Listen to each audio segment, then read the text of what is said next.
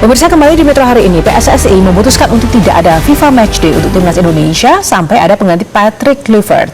Hal itu disampaikan Ketua Umum PSSI Erick Thohir dalam keterangan pers pada Jumat lalu. Berikut informasi selengkapnya, tunggu apa lagi bersama Kata Oma. Gabus Kata Oma, baru jagung bakar mentega. Jagung bakarnya nendang, menteganya meleleh di mulut. Rasakan kasih sayang Oma di kerenyahannya. Sebagai timnas senior, Indonesia akan menurunkan skuad U23 arahan pelatih Indra Syafri untuk mewakili tim Merah Putih di FIFA Matchday November mendatang.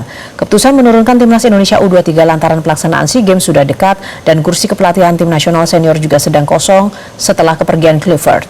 Erick Thohir juga menegaskan bahwa PSSI akan memberikan dukungan pada Indra Syafri habis-habisan seperti halnya yang mereka lakukan terhadap Patrick Kluivert dan Sintayong.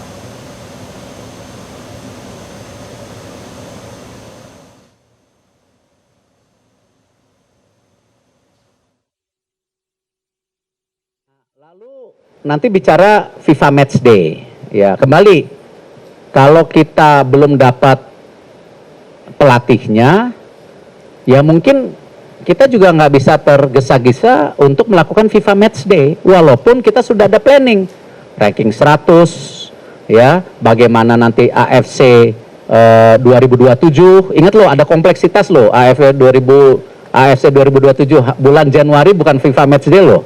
Ini ada kompleksitas dan roadmap ke Piala Dunia. Ini kan kita lihat. Jadi pelatih ini nanti ada tolak ukurnya juga gitu. Maunya strata kepelatihan komplit. Nah ini yang kita harus bangun sama-sama. Nah FIFA Matchday ya kita hari ini prioritaskan untuk persiapan SEA Games. Ya tim U23 kita yang dibawa Coach Indra. Hingga kini, timnas sepak bola Indonesia masih belum memiliki pelatih setelah Patrick Kluivert dipecat. Ketua Umum PSSI Erick Thohir menyebut bahwa PSSI masih terus mencari orang yang tepat untuk menduduki kursi pelatih.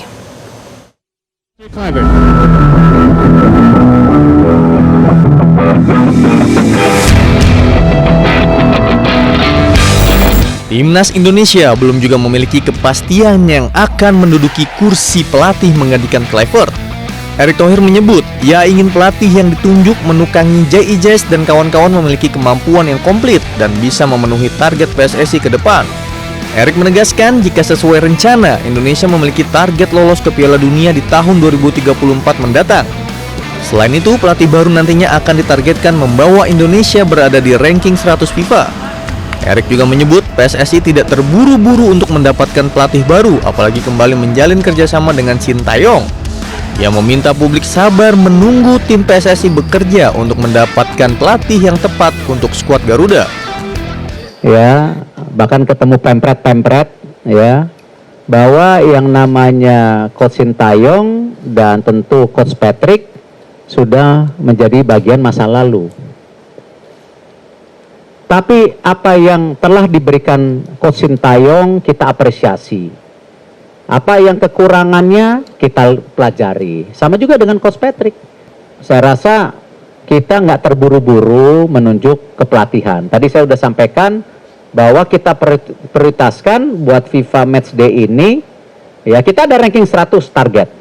Nanti kita bedah, oh Maret tahun depan kita mesti apa, Juni mesti apa, September mesti apa, Oktober, November kalau tidak salah tahun depan itu FIFA Matchday-nya nempel. Jadi lebih lama, mungkin bisa 15-20 hari kalau tidak salah. Nah kita mesti bikin planning untuk tadi bagaimana kita menuju 100. Bisa nggak dengan pertandingan-pertandingan besar itu gitu kan? Sependapat dengan Erick, pengamat sepak bola Anton Sanjoyo menyebut PSSI tak perlu terburu-buru menunjuk pelatih baru. Siapapun yang memimpin skuad Garuda harus bisa memimpin timnas dengan baik. Hanya memang hal yang normal ya setelah badai kegagalan Indonesia, bully yang tidak habis-habisnya dari netizen kepada PSSI, kepada Erick Thohir, kepada Kluivert, ya menurut saya ini hal yang wajar aja kalau mereka tiarap sebentar karena juga penunjukan pelatih tim nasional ini tidak bisa terburu-buru karena menyangkut kepentingan tim nasional dalam jangka panjang, bukan cuma 2 bulan, 3 bulan. Jadi saya kemarin juga diwawancara soal ini, saya bilang ya gak usah terburu-buru lah, Januari paling kan bisa ditunjuk. Siapapun pelatih timnas Garuda berikutnya tentu akan mengemban tugas berat. Ia harus bisa memenuhi target PSSI dan tentunya memenuhi harapan pecinta sepak bola tanah air yang rindu akan prestasi. Tim Liputan, Metro TV. Tidak seperti sebelum-sebelumnya, PSSI langsung menunjuk pelatih baru setelah menyelesaikan kerjasama dengan pelatih sebelumnya. Hal ini membuat penggemar sepak bola Indonesia bertanya-tanya apakah ini siasat PSSI atau sekedar menunda karena memang dilema antara tekanan finansial dan juga tekanan publik.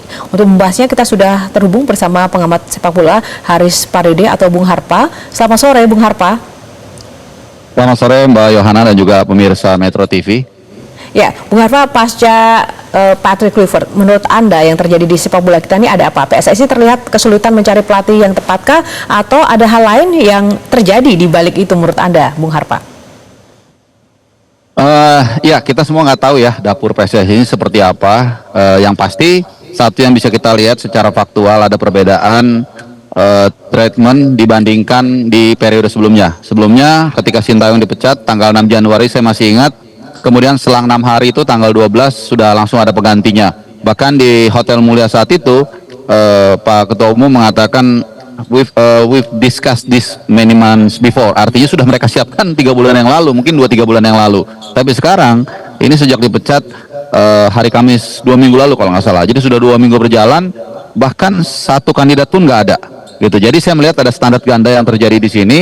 Dan selalu berubah-ubah gitu. Sama seperti dengan target Piala Dunia juga berubah-ubah, demikian juga dengan cara memilih pelatih juga modelnya berubah-ubah. Jadi mungkin ini satu tanda tanya besar yang mungkin harus lebih transparan. Apa dibalik menurut saya terlambatnya memilih pelatih tim nasional kita dalam mengganti Patrick Kluivert? Apakah gara-gara memang belum ada kandidatnya, atau karena memang bukan prioritas, atau mungkin duitnya sudah kering? Nah, ini yang kita nggak tahu.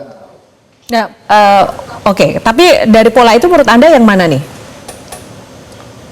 Menurut saya karena situasinya berbeda dibandingkan sebelumnya. Kalau di sebelumnya itu mereka memang sudah lama ingin memecat Sintayong, sehingga mereka juga sudah menyiapkan pelatihnya. Kalau sekarang tampaknya mereka tidak siap untuk memecat Patrick Kluivert, sehingga mereka juga tidak siap untuk mencari penggantinya. Ini terlihat dari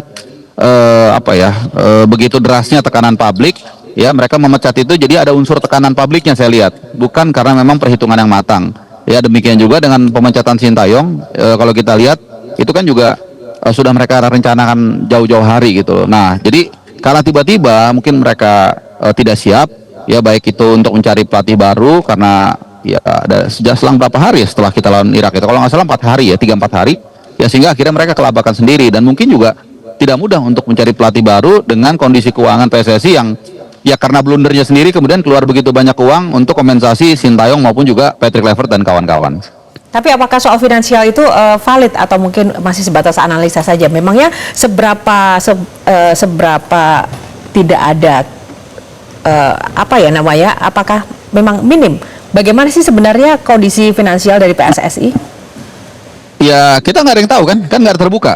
Tidak ada keterbukaan. Siapa yang tahu? Misalnya contoh, berapa gaji Sintayong, berapa kompensasinya? Apakah benar itu dipecat atau tidak? Kemudian Patrick Kluivert, seperti apa kompensasinya? Berapa kontraknya? Kan kita nggak ada yang tahu persis, nggak dibuka. Ya, MRI pemain aja nggak dibuka. Menurut Anda ya, tidak terbuka dan harusnya itu dibuka secara transparan, begitu ya?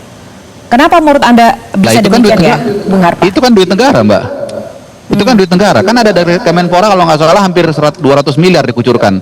Lalu kemudian ada kontribusi masyarakat dalam membeli tiket, kemudian membeli jersey, bahkan karena tingginya animo penonton sehingga mereka bisa menjual dalam tanda kutip produk ini dalam berbagai produk kan, misalnya iklan, kemudian juga bahkan sosial medianya pun berbayar dan lain-lain. Itu kan ada duit kita juga, ya. Jadi saya rasa sih seharusnya kita berhak lah. Paling nggak mereka kasih tahu, mungkin gak usah tunjukin secara detail seperti apa, tapi paling nggak secara umum minimal mereka memberitahu. Tapi kan ini nggak ada, sehingga akhirnya apa? Ya kita hanya bisa menduga-duga gitu apa yang terjadi di dalam. Baik. Dan akhirnya juga PSSI kan tidak memutuskan untuk tidak ikut di FIFA Matchday. Menurut Anda ini sekrusial apa, Bung, situasi ini untuk timnas sendiri ya secara psikologi? Ya ini juga sama nih standar ganda juga nih. Jadi kalau makanya kita masih ingat kan, dulu itu berbusa-busa untuk mengatakan ingin mengejar 100 ranking FIFA kan bagian. Nah kalau FIFA Matchday-nya nggak ada, gimana kita mengejar ranking FIFA? Kan kita dapat ranking FIFA kalau kita main di international friendly seperti ini atau mungkin ada competitive game. Tapi ketika nggak ada, otomatis pasti ranking kita akan turun nanti. Nah itu yang pertama. Yang kedua, kalau dikatakan jangan buru-buru, nah ini juga lucu. Balik lagi ke yang pertama. Waktu dulu kita buru-buru ganti pelatih, nunjuk pelatihnya juga cepet-cepet. Sekarang dibilang nggak buru-buru. Padahal FIFA Matchday ini sebenarnya kan kalau ada bisa digunakan untuk menjadi mirroring bagi persiapan kita 1 tahunan ke depan. 1 tahun ke depan itu nggak lama, 8 bulan lagi ada AFF, lalu 1 tahun 3 bulan lagi ada Piala Asia, dan itu tidak bisa, bukan seperti klub ya, tiap minggu kita bisa drilling, tiap hari bisa drilling. Sementara di sini kita cuma mungkin nanti ada kalau nggak salah Maret FIFA Matchday berikutnya, dan satu lagi Juni kalau nggak salah. Nah setelah itu langsung Juli persiapan AFF, dan kemudian nanti bulan Januari Februari 2027 itu Piala Asia. Jadi sebenarnya nggak banyak, dan kalau dikatakan jangan buru-buru, ya ini nggak bisa buru-buru lagi. Ini udah nggak lama lagi kita akan segera menghadapi 2 kompetisi yang cukup penting. Ya, bagaimana Anda melihat juga mungkin psikologi para pemain timnas saat ini? Mungkin apakah ada informasi terkait hal itu, Bung Harpa? Kalau pemain sih, apalagi mereka-mereka yang tampil di Serie A ya, seperti Jaitses, Emil Laudero dan lain-lain, saya pikir mereka sudah kembali sibuk lah dengan rutinitas mereka, latihan dan lain-lain, gak ada masalah. Tapi mungkin ya beberapa pemain yang katakanlah selama ini masih in between ya, kadang dipanggil kadang enggak, mungkin mereka juga bertanya-tanya gitu, karena terus terang dari pelatih Sintayong ke Patrick Kluivert dengan perubahan yang begitu banyak ya, dan kemudian kita nggak tahu lagi saat ini punya nakoda atau enggak, pasti sedikit banyak ya, mungkin nggak banyak, ada mempengaruhi visi mereka ini seperti apa nanti maunya. Artinya itu tadi saya bilang, kalau misalnya kita sudah ada pelatih baru sekarang, paling nggak mereka sudah tahu nih, pasti sudah di briefing, sudah dikomunikasikan kita mau ke arah mana nanti. Jadi mereka mungkin udah bisa lebih siap. Jadi ya sangat disayangkan kalau menurut saya. Kemarin kita nunggu-nunggu nih Mbak Yohana 2 hari lalu ya konferensi pers, tapi ternyata ya 1 jam isinya nggak terlalu ada yang terlalu signifikan seperti itu. Nah, terakhir Bung Harpa, apa yang ingin Anda sampaikan untuk PSSI atau Menpora? PSSI ya, saya pikir dengarkanlah aspirasi masyarakat, udah itu aja. Boleh sedikit lebih konkret lagi aspirasi yang mana mungkin Anda juga sebagai pecinta bola dan juga masyarakat itu sendiri, Bung Harpa? Ya banyak ya, soal komunikasi juga diperbaiki ya, karena selama ini kita tahu begitu banyak komunikasi yang tersumbat, bahkan kadang-kadang ada komunikasi yang berasal dari internal PSSI, beberapa oknum yang kontraproduktif malah memancing di air keruh. Lalu kemudian juga soal keterbukaan ya, soal standar ganda ini jangan lagi berubah-ubah. Ini kan yang kita bikin bingung, akhirnya masyarakat sebagian bingung dan berseteru sendiri ya, soal target Piala Dunia, katanya kadang-kadang dibilang 2026, nanti berubah lagi 2030 dan seterusnya. Jadi ya lebih sincere lah dalam mengelola sepak bola kita, yang satu perlu diingat, sepak bola ini bukan milik 1-2 orang tapi milik seluruh rakyat Indonesia. Baik, terima kasih Bung Harpa untuk ulasannya bersama Metro hari ini pada sore hari ini. Salam sehat selalu. Jelajahi cara baru mendapatkan informasi. Download Metro TV Extend sekarang.